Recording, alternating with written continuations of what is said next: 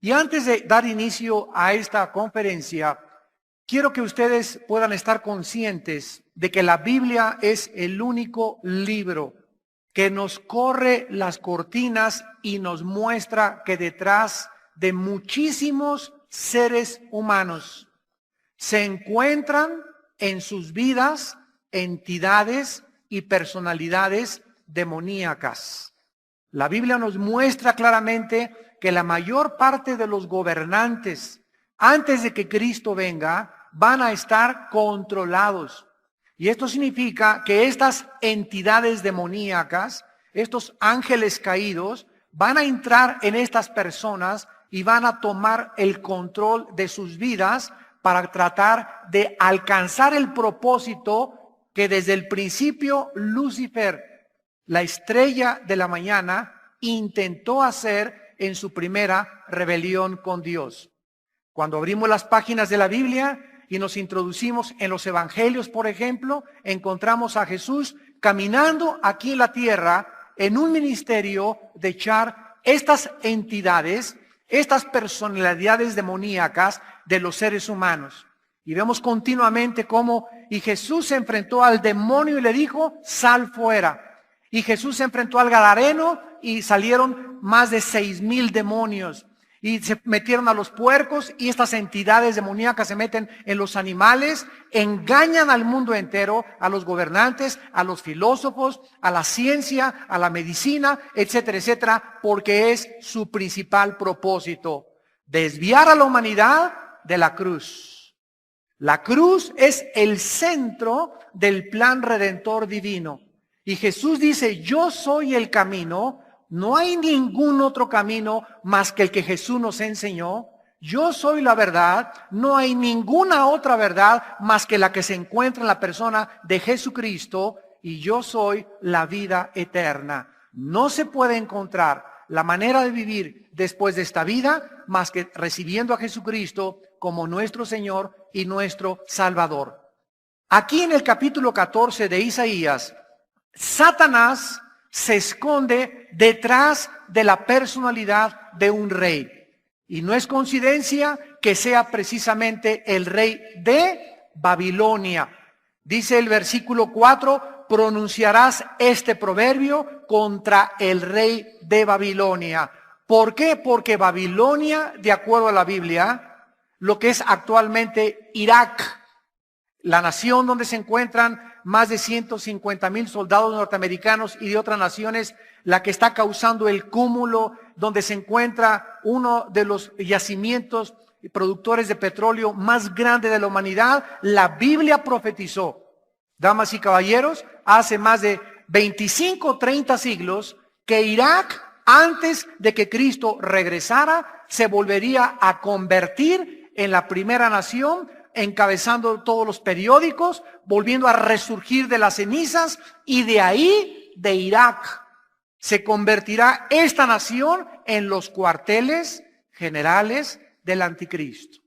Porque es Babilonia, lo que es ahorita Irak, donde se originó el primer pecado, donde se fundó la civilización humana, donde Satanás geográficamente escogió ese lugar para poner desde ahí como un trampolín, como una catapulta, su proyecto para poder alcanzar a las naciones a través del ocultismo, la astrología, la brujería, la quiromancia y todas estas ciencias ocultas, todas tienen su origen en Babilonia.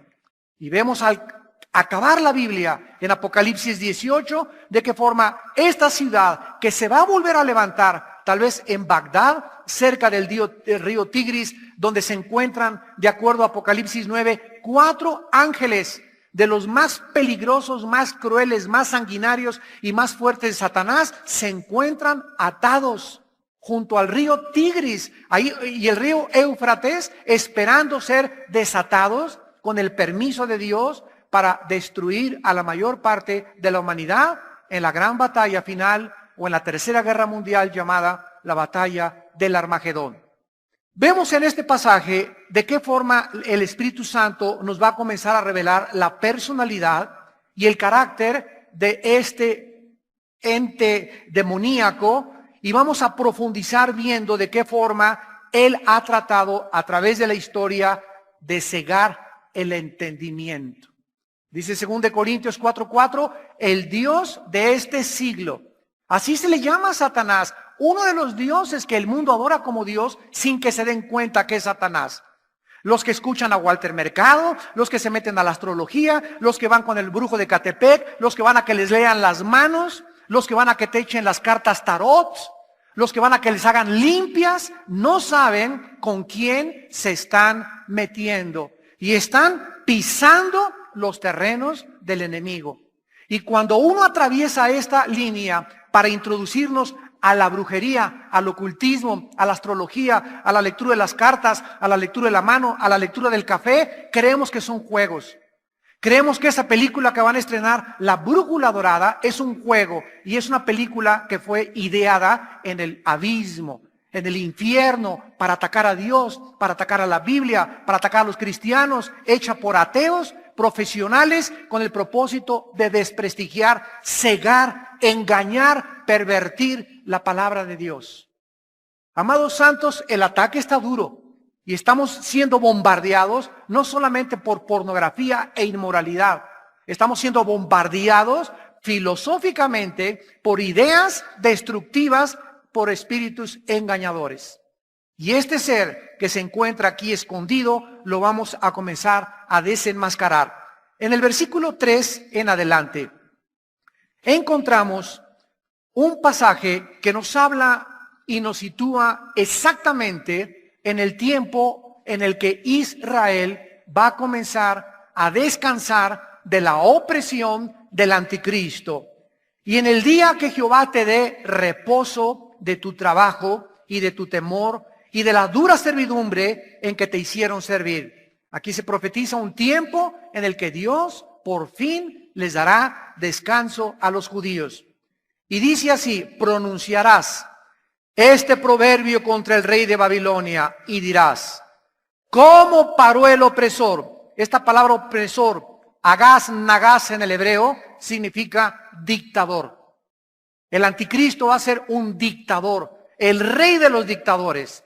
¿Cómo paró, o sea, cómo terminó, cómo acabó el opresor y cómo terminó, cómo acabó la ciudad codiciosa de oro? Que en el Apocalipsis 18 nos describe el Espíritu Santo, se refiere a Babilonia. Quebrantó Jehová el báculo de los impíos, el cetro de los señores.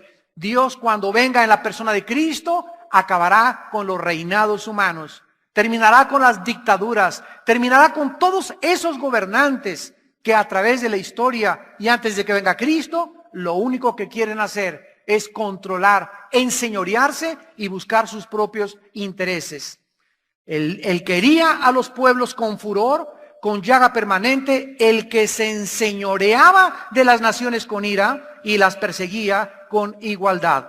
Vemos en primer lugar que el Espíritu Santo está hablando de un tiempo de reposo para Israel. Versículo 3. El día que Jehová te dé reposo, y desde 1948, desde el 14 de mayo del 48 hasta nuestros días en el siglo XXI, febrero del 2008, nunca Israel ha podido desarmarse. Ahora que estuvimos en Israel, en Jerusalén, ahora el año pasado, en el mes de noviembre, pudimos ver que los soldados andan de a los 18 años, a las niñas, a las muchachas, vengan para acá. El ejército recluta a todas las muchachas de los 18 a los 20 años de edad, para que durante 2 años sirvan en el servicio militar y aprendan a disparar con UCIs 45, con rifles, con ametralladoras, con bombas, con granadas, y todos los muchachos son entrenados y duermen, comen y cenan con la ametralladora. No han podido quitarse en las esquinas, en las paradas de los camiones, ve soldados en los mercados, por todos lados, gente armada, en las carreteras, y eso es desde hace 50 años. Pero vendrá un tiempo, dice la Biblia, cuando un hombre llamado el Anticristo va a firmar un tratado de paz entre los árabes y entre los judíos, va a garantizar a Europa el flujo del petróleo, y en ese tiempo es cuando Israel va a descansar. Por eso se nos introduce aquí que Israel va a descansar, y se nos dice de quién, de aquel que quiso gobernarlos dictatorialmente junto con muchas naciones del mundo. Se le describe en el versículo 5 y 6 al anticristo como el que quebrantó, el que hería a los pueblos con furor, el que se enseñoreaba de las naciones con ira y las perseguía con crueldad. Si nosotros vamos al Apocalipsis capítulo 13, en el Nuevo Testamento, encontramos el paralelismo que existe entre la descripción de Isaías y la descripción del apóstol Juan en el libro de Apocalipsis. Dice Apocalipsis 13, versículo 2, hablando del mismo personaje escondido detrás del rey de Babilonia, que se llama el anticristo. Y la bestia que vi era semejante a un leopardo, sus pies como de oso, su boca como de león, y el dragón, sabemos en Apocalipsis 12 antes, que el dragón es Satanás. Así que la Biblia no es de interpretación privada para que digamos nosotros qué quiere decir. La Biblia se interpreta a sí misma. Y este leopardo, oso y león, si tú lees Daniel 7, ahí los vas a encontrar, que representan a tres naciones: a Irak, representa a Grecia y representa al antiguo imperio romano. Entonces el dragón va a conquistar y va a gobernar la nueva Europa y el Medio Oriente y el norte de África. Y dice la Biblia que el anticristo tendrá un poder satánico. El dragón le dio su poder a un ser humano. Satanás tiene la capacidad de dotar de poderes a los faquires para que caminen sobre la lumbre y no se quemen los pies. Satanás tiene la facultad de hacer que una persona se atraviese cosas y sea insensible al dolor. Satanás tiene el poder para hacerte aparecer una imagen o un santo, o pintar algo en una pared, o hacer que pasen cosas como objetos voladores no identificados y que la gente se quede así con la babota, los extraterrestres, cuando los ovnis son materializaciones de la energía satánica. Cuando comiences a estudiar la Biblia profundamente, te vas a dar cuenta el poder tan grande que tiene Satanás de hacer señales, milagros y prodigios mentirosos. Y los que son engañados son todos aquellos, aún cristianos, que no viven de rodillas, que no viven llenos del Espíritu Santo, y que con el cúmulo de señales y milagros con que el mundo será rodeado, van a ser los mismos escogidos, engañados por los prodigios mentirosos de Satanás. El dragón le dio su poder. Imagínense nada más, el poder de Satanás se lo entrega a su pieza maestra. El arte más grande de Satanás no fue Hitler, ni Nerón, ni Saddam Hussein, ni los Césares romanos. El más grande, la pieza más grande de arte de Satanás será el personaje, el futuro dictador mundial, conocido como el anticristo. Y dice a continuación la Biblia, le dio su trono y le dio grande autoridad. Dice el versículo 5, también se le dio boca que hablaba grandes cosas y blasfemias, y se le dio autoridad para actuar 42 meses, o sea, 3 años y medio. El anticristo no va a gobernar 7 años, ni 10 años, solo 3 años y medio va a gobernar el mundo el anticristo, porque exactamente fueron 3 años y medio el ministerio de Jesucristo. Él viene a imitar el ministerio de Cristo. Cristo hizo señales y milagros por el Espíritu Santo. Él va a hacer señales y milagros por la mano de Satanás. Cristo duró 3 años y medio. Va a durar 3 años y medio. Por lo cual los judíos van a ser engañados como él, el falso Mesías. Él es imitador, él es engañador y él no tiene absolutamente nada original. Dice el versículo 8, y lo adoraron todos los moradores de la tierra, cuyos nombres no estaban escritos en el libro de la vida del Cordero, que fue inmolado desde el principio del mundo. ¿Quiénes van a decirle a Satanás y al anticristo, ¡Hi Hitler! ¡Hi anticristo! Tú eres el rey, Tú eres el hombre que esperábamos. Tú eres el que has venido a resolver los problemas del hambre, de la pobreza, de la democracia, del socialismo, del comunismo. Tú eres el hombre que estamos hace mucho esperando. Tú eres el candidato por el cual debemos de votar. ¿Quién como tú? Y todos aquellos que adoren al anticristo, dice la Biblia, ninguno de ellos estaba escrito en el libro de la vida. Y cuando tú recibiste a Cristo y cuando yo recibí a Cristo, nuestros nombres fueron escritos en el libro de la vida. Y dice en Apocalipsis 3, no serán borrados. ¿Por qué no serán borrados? Porque hemos sido sellados con el Espíritu Santo hasta el día, Efesios 1, 13 y 14, de la resurrección de nuestros cuerpos. Nada nos podrá separar nunca del amor de Dios. Dios es el que murió, ¿quién nos condenará? ¿Quién podrá juzgar a los escogidos de Dios cuando Cristo es el que murió, el que resucitó, el que está sentado junto al Padre y el que vive para interceder por nosotros cuando caigamos o cuando nos apartamos de la fe? Bendito sea el Señor, porque ni espada, ni ángeles, ni desnudez, ni hambre, ni ninguna otra cosa creada nos podrá separar del amor de Dios en Cristo Jesús, Señor nuestro. ¡Aleluya! Somos más que vencedores. Más que vencedores. Y dice el versículo 16 y 17 de Apocalipsis 13, 16 y 17. Vean ustedes a dónde va a llegar el anticristo. Y hacía, aquí vemos el poder de controlar a la fuerza.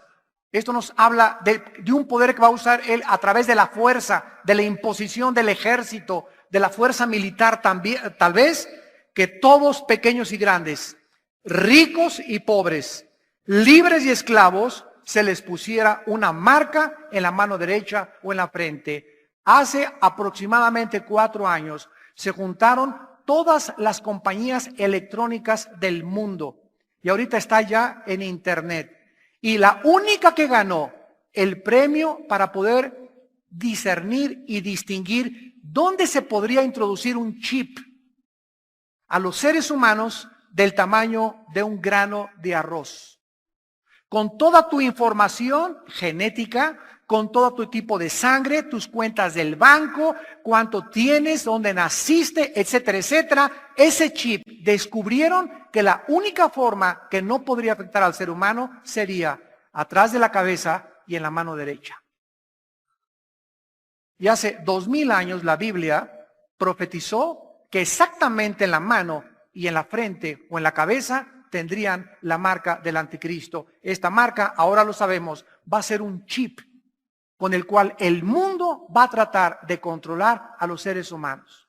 Ya no vas a necesitar tarjetas de crédito, ya no vas a necesitar dinero en efectivo, vas a llegar al banco, van a tener luces ultravioleta, vas a pasar tu mano, inmediatamente te la escanea, así como escanean los códigos de barras y en las latas y en la comida, va a escanear tu mano con tu chip, inmediatamente le va a decir al abarrotero cuánto tu cuenta de banco, te deducen y te sacan de la cuenta de banco lo que tú estás consumiendo, quieres sacar dinero, lo mismo con el chip que tienes en tu mano o en tu cabeza, y la forma como el anticristo controlará al mundo será a través de esta marca. ¿Cómo es posible? Pregunto, que hace 2000 años pudiera alguien haber profetizado que llegaría el momento en la historia humana en la que alguien podría controlar al ser humano si no se hubieran inventado las computadoras? Esto es únicamente posible a través de las computadoras. Y hace 2000 años en la Biblia, ¿tú qué dices que la Biblia fue hecha por hombres? Échate ese trompo a la uña. Regresamos a Isaías y vemos en el versículo 7 y 8 la condición futura del planeta cuando Cristo regrese. A Isaías 14, versículos 7 y 8. Toda la tierra está en reposo y en paz se cantaron alabanza. Por fin la tierra es vista, es proyectada como en paz finalmente. Aún los cipreses se regocijaron a causa de ti, y los cedros del Líbano diciendo, desde que tú pereciste, y ese tú, hazle un círculo rojo al tú, porque ese tú es el anticristo. Desde que tú te moriste, no ha subido cortador, la palabra cortador es destruidor, o el que nos acababa contra nosotros. Vemos que en Romanos 8, Pablo describe la misma situación, porque la creación misma, dice Romanos 8, gime y está con dolores de parto. ¿A quién está hablando aquí que se van a regocijar? ¿A Santa Catarina? ¿A San Crisóstomo? No, vamos a volver a leerle los cedros del Líbano y los cipreses, o sea, los árboles. La creación va a gritar y va a expresar alegría. Y ahora la ciencia nos dice que las plantas responden a la música. ¿Cuál es la estructura que pudo haber en la vida vegetal?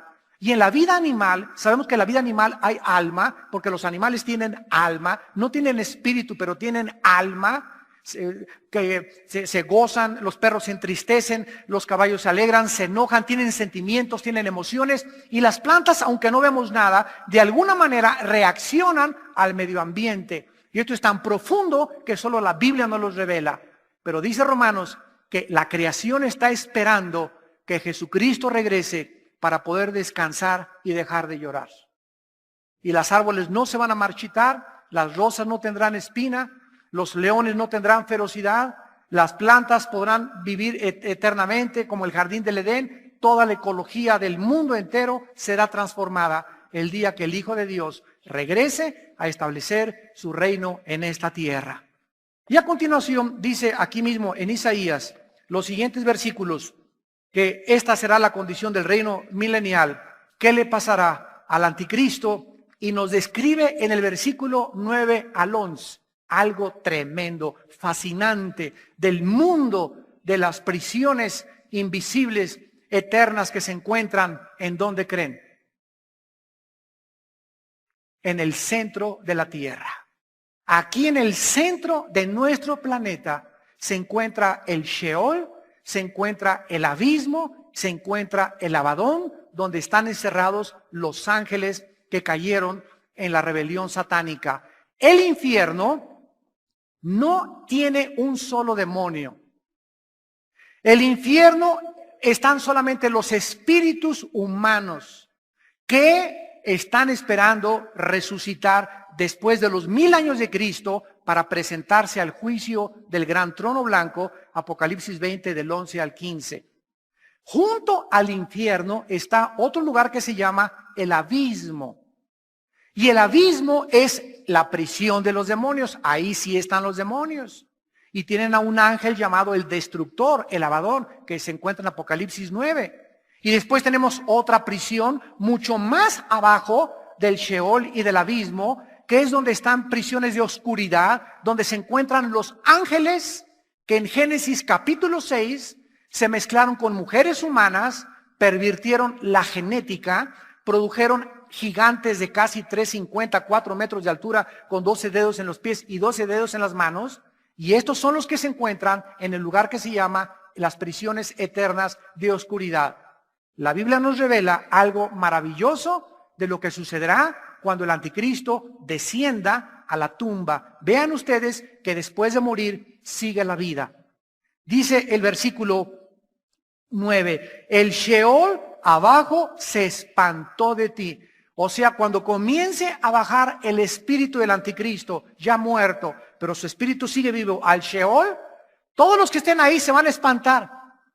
Y van a decir, ¿eres tú el Juan Camaney? ¿Eras tú el que traías a todo el mundo como loco? ¿Eras tú el que hiciste que se hincaran los seres humanos delante de ti? ¿Eres tú el que destruiste a las naciones? ¿Eras tú? Pero si te vemos y no vales ni un cacahuate. Ahora, el Sheol, pongan atención, es una palabra hebrea, Sheol, que significa lugar de los muertos o lugar de la sepultura. En el Antiguo Testamento, todos los muertos, tanto los buenos como los malos, descendían al Sheol.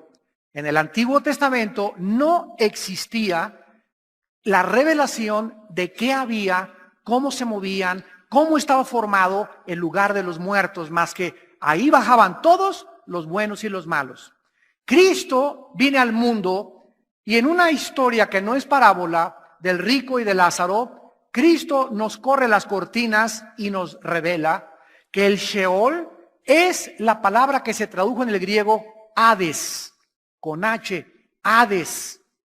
Y ese Hades es la palabra que se tradujo Sheol en la versión de la Septuaginta, cuando tradujeron del hebreo al griego el Antiguo Testamento, le pusieron a la palabra Sheol, en el Nuevo Testamento le pusieron Hades.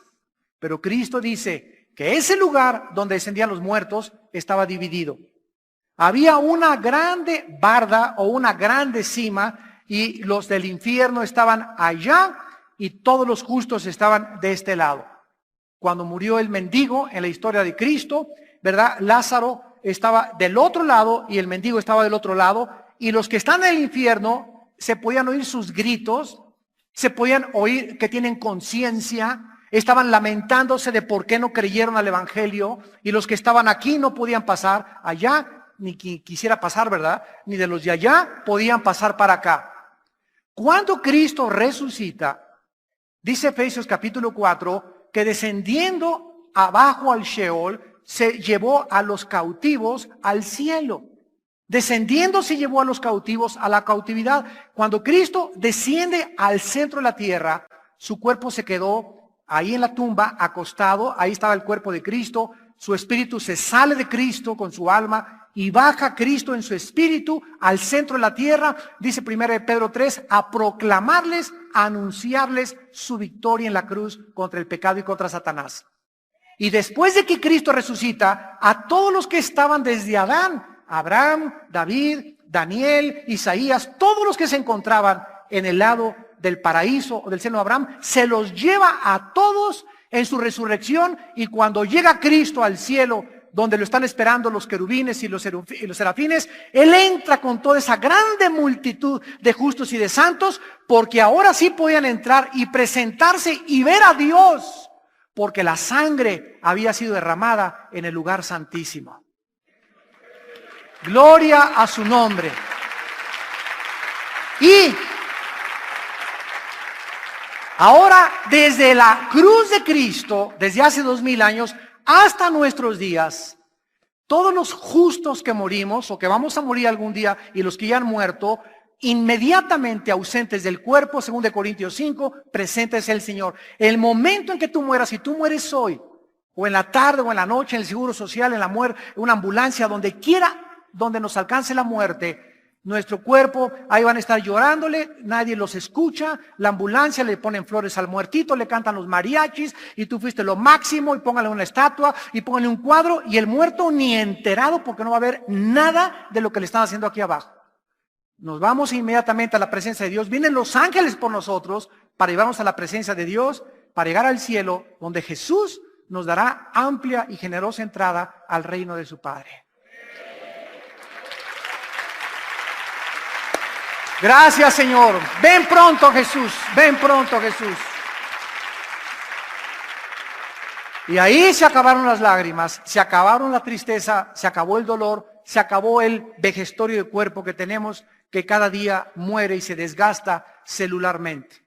Ahí se nos dará un cuerpo intermedio mientras viene la resurrección de los muertos. Esa es otra conferencia. Pero mientras viaja Cristo y viene el rapto aquí en la tierra, si tú mueres hoy en la noche, tienes un cuerpo vestido con una túnica blanca, esperando hasta que se cumple el número de los muertos y de todos los siervos de Dios para el día final, el día de que se nos van a entregar las recompensas y las bodas de Cordero. Apocalipsis capítulo 19.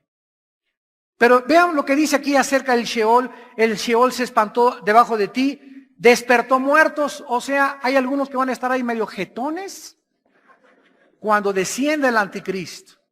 Y va a ser un sacadón de onda que hasta el Sheol se va a conmover cuando el anticristo descienda.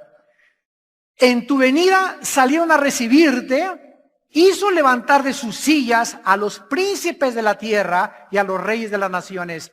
¿Quiénes están ahí? Los gobernantes principalmente.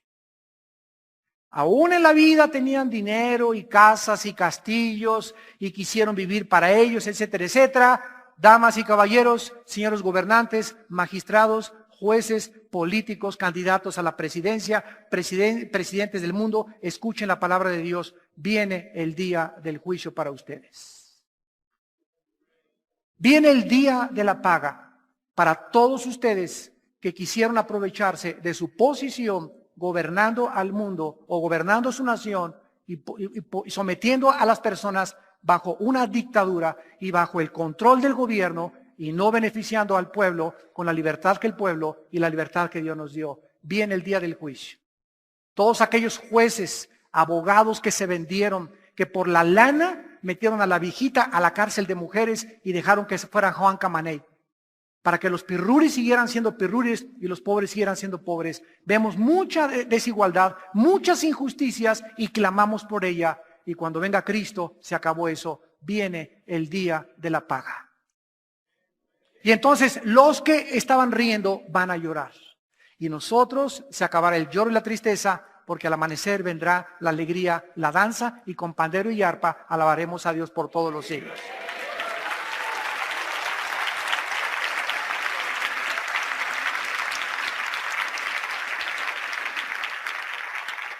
Dice el versículo 10 de Isaías 14, que finalmente le van a decir allá abajo todos los que están esperándolo: tú también te debilitaste como nosotros y llegaste a ser como nosotros.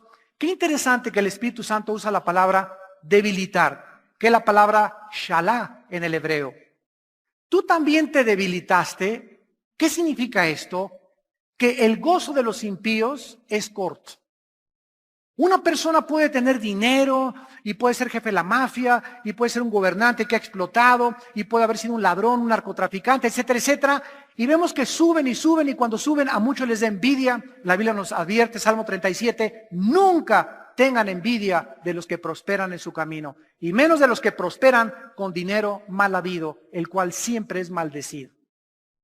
Porque hay muchos que prosperan porque Dios los bendice en la forma en la que ellos viven y administran sus bienes.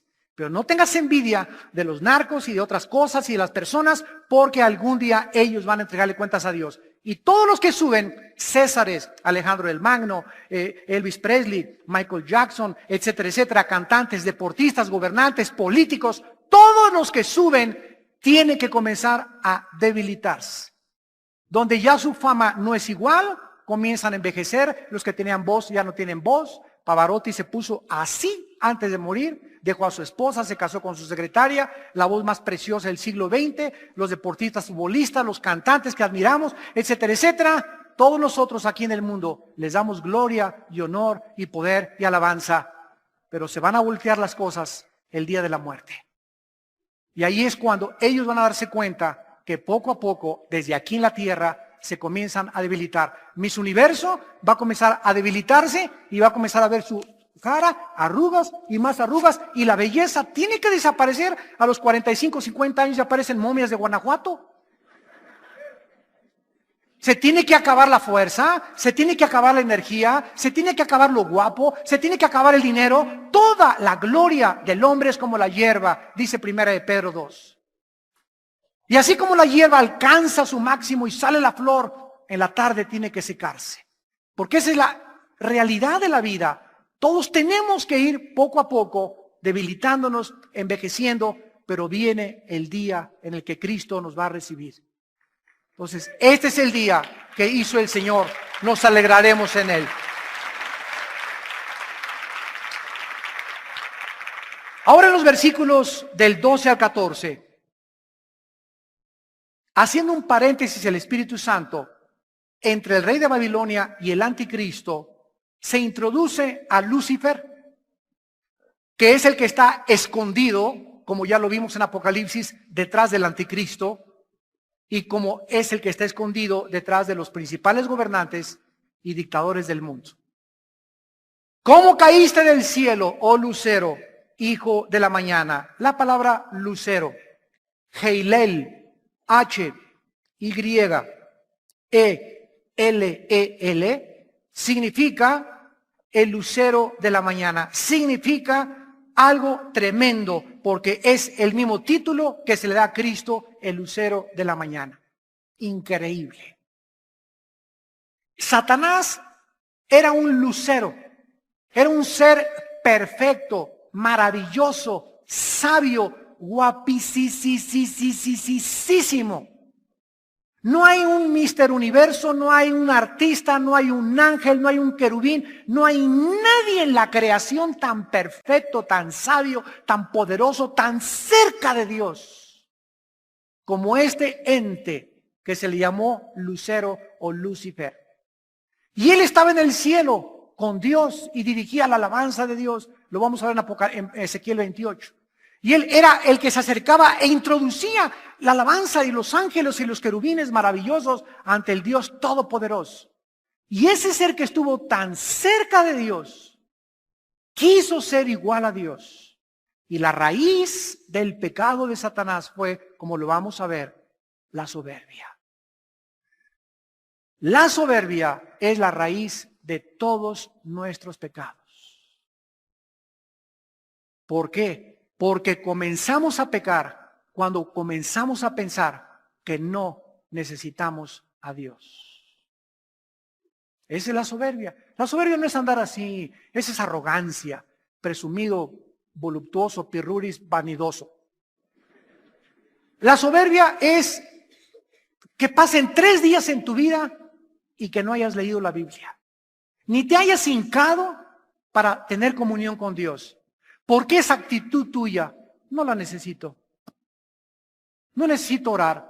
Y tomas decisiones sin consultar a Dios, viajas sin consultar a Dios, te casas sin consultar a Dios, haces negocios sin consultar a Dios, no tienes contacto con Dios con su palabra. ¿Por qué? Porque crees que eres Dios.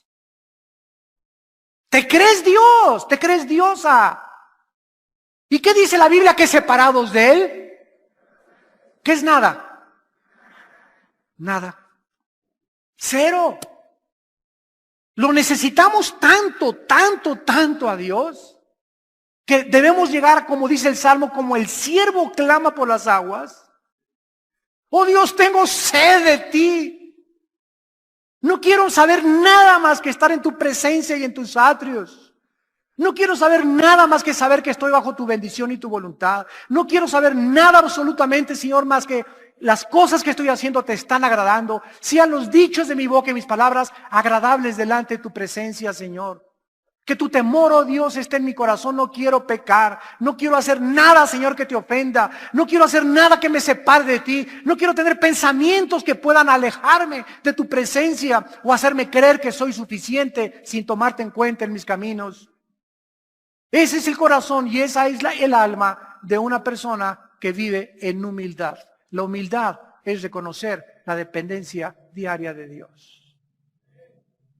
Y Satanás es el que ha hecho creerle a la humanidad que podemos vivir sin Dios. Come, diviértete, gózate, amontona dinero, alcanza la fama, el poder, que mañana vas a morir. Eso es lo que la Biblia le llama la carne. La carne es temporal. La carne solamente quiere gozarse, comer, divertirse y vivir para esta vida. Pero hay algo entre nosotros que es eterno. Y el Espíritu me dice, no le hagas caso a tu carne, Armando.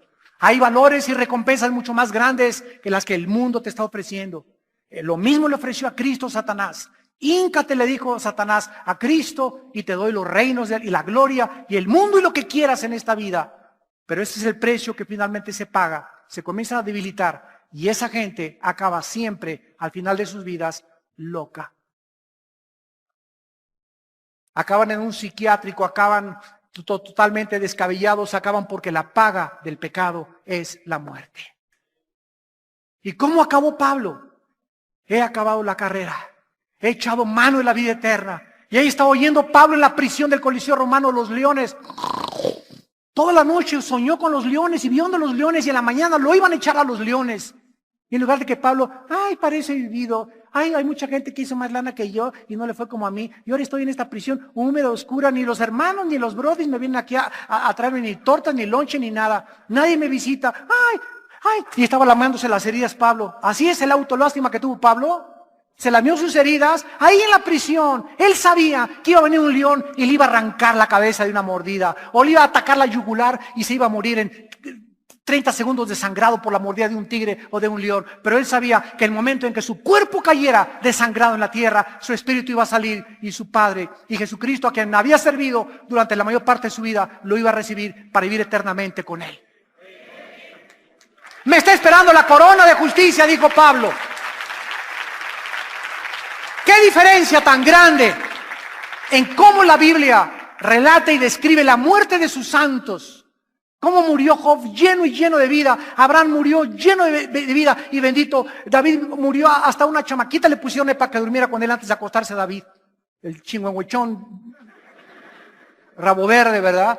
Y así vemos Salomón y todos los que al finalmente murieron, ¿verdad? Llenos de paz, llenos de gozo. Y cómo describe el mundo la muerte de los impíos. Cómo murió José Stalin, el dictador de Rusia. Dice su hija Zaragoza, que antes de morir gritaba y se levantaba a su padre y decía: vienen lobos, me quieren matar, malditos lobos. Y sea toda la humanidad maldita con estos lobos. Esos lobos que él vio que venían por él eran los demonios, que lo estaban esperando después de que él había mandado matar a más de 40 millones de seres humanos en el genocidio más grande del siglo XX.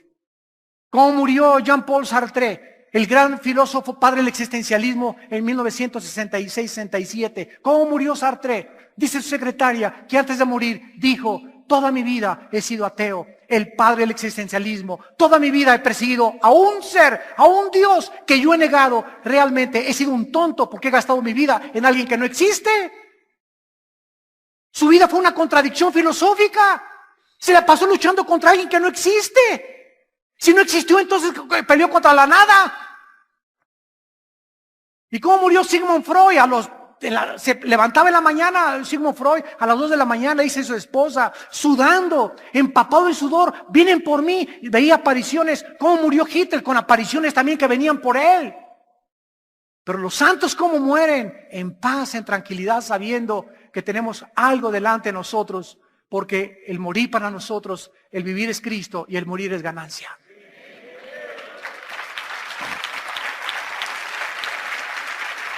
Y terminamos analizando rápidamente la caída de Lucifer.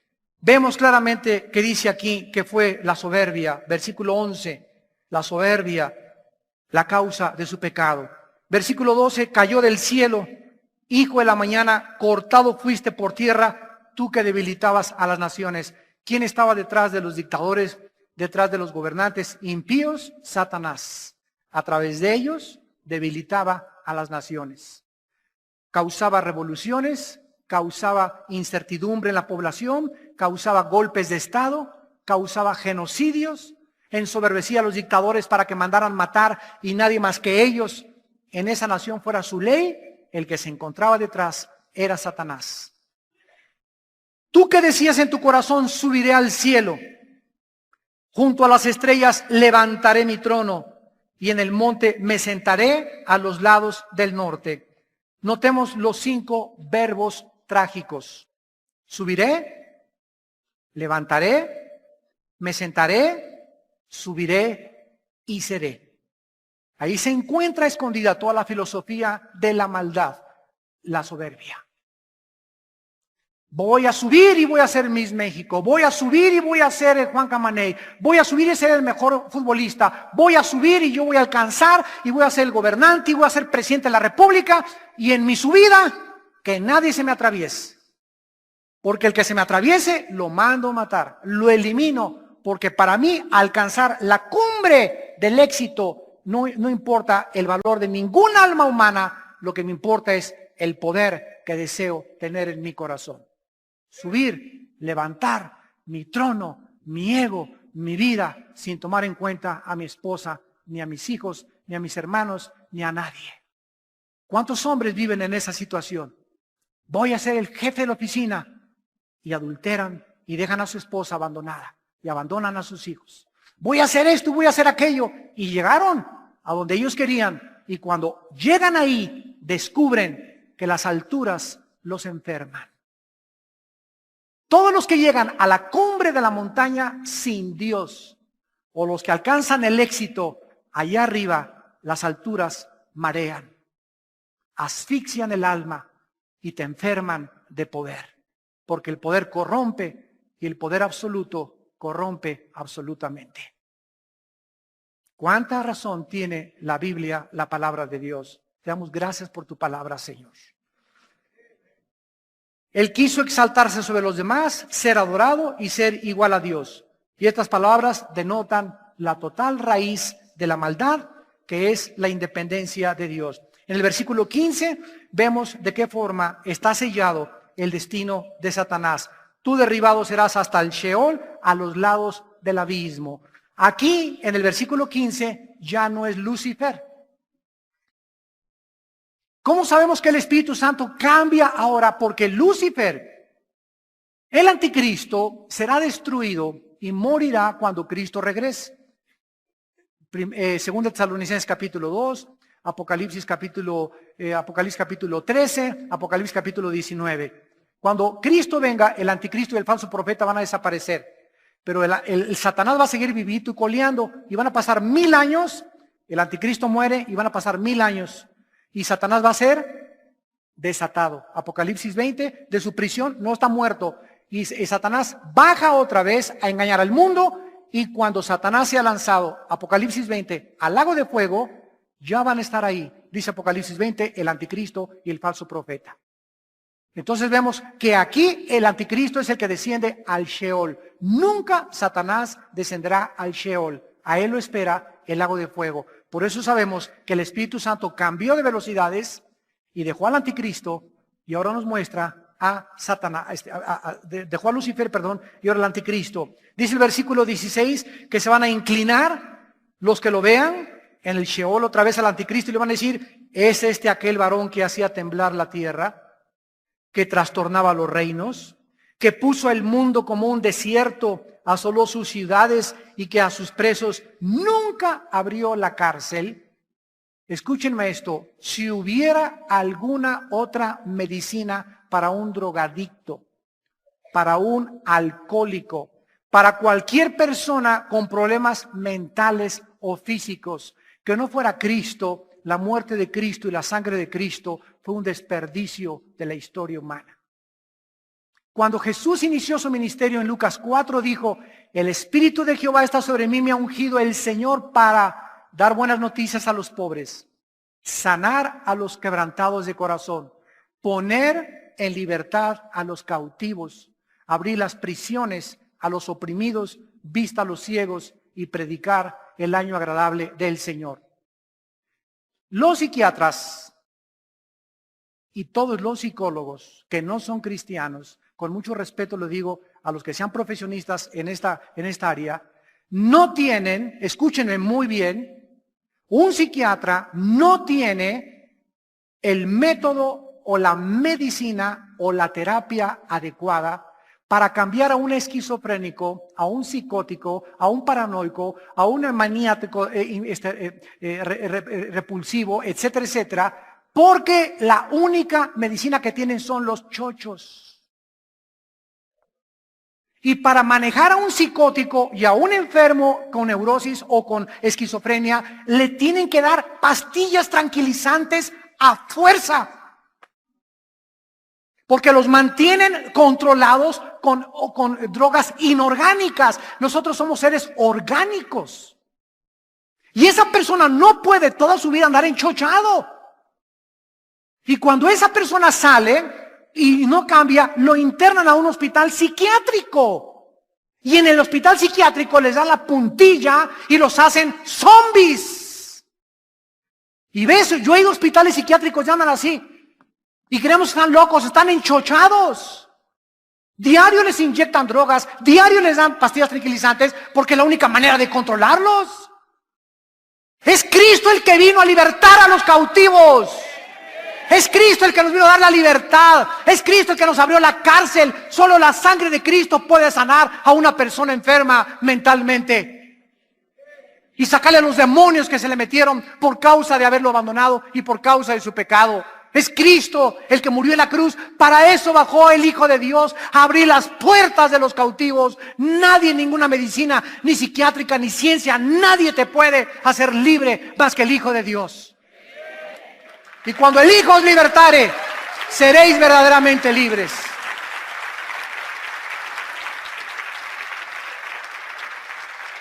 Y para terminar, como el ser humano no conoce este libro, Y como el ser humano no conoce el mensaje, las buenas noticias que del cielo bajaron a la tierra, el ser humano ha usurpado la consejería bíblica y la liberación de los demonios con la ciencia psiquiátrica y con la ciencia psicológica. Entonces vino Freud y comenzó a ser el padre del psicoanálisis y comenzaron a introducirse cosas inventadas por hombres. Pero viene el Hijo de Dios que nos conoce, Él es el que nos creó. Él nos hizo a su imagen y semejanza. Él es el único que sabe lo que funciona en nosotros. Y cuando no funcionamos, Él sabe cuál es la medicina que necesitamos. Entonces hay pobres psiquiatras y pobres psicólogos, ¿verdad? Porque no conocen la Biblia, no tienen otra manera de poder usar una terapia. Porque el problema del hombre no es psíquico. Trasciende la psique, el problema humano. El problema humano está en el espíritu. El problema y la raíz siempre es espiritual. Si una persona comienza a delirar y comienza a tener una conducta anormal, es porque su mente está afectada por un problema más profundo que es espiritual. Y el Espíritu es el único que Jesús puede, a través del Espíritu Santo, sanar en tu vida en esta mañana. Yo les invito a todos ustedes, también ustedes que nos ven por la televisión, que esta mañana hagan la paz con Dios. El día del juicio se acerca. Los gobernantes algún día enfrentarán el juicio de Dios. Los que hicieron el mal y se convirtieron en dictadores de las naciones. Todas las personas, ya sea campesinos, pobres, profesionistas, etcétera, etcétera, algún día le van a dar cuentas a Dios y al juez de la humanidad, que es el Hijo de Dios, Jesucristo. La Biblia dice que Dios mandó a su Hijo y en que siendo aún pecadores, Cristo murió por nosotros. Al que no conoció pecado por nosotros se hizo pecado, para que nosotros fuésemos hechos la justicia de Dios en él. Mas el herido fue por nuestras rebeliones, molido por nuestros pecados. Muchas películas han pasado a Cristo despedazado en la cruz, ensangrentado, y esto nos hace cobrar realidad de que no fue fácil que nosotros tuviéramos esta libertad que gozamos ahora en el siglo XXI. Gracias a todo lo que físicamente sufrió Jesucristo en una cruz y entregó el Espíritu a su Padre, pero nuestra salvación le costó a Él su vida, sus sufrimientos y el rechazo del mundo entero.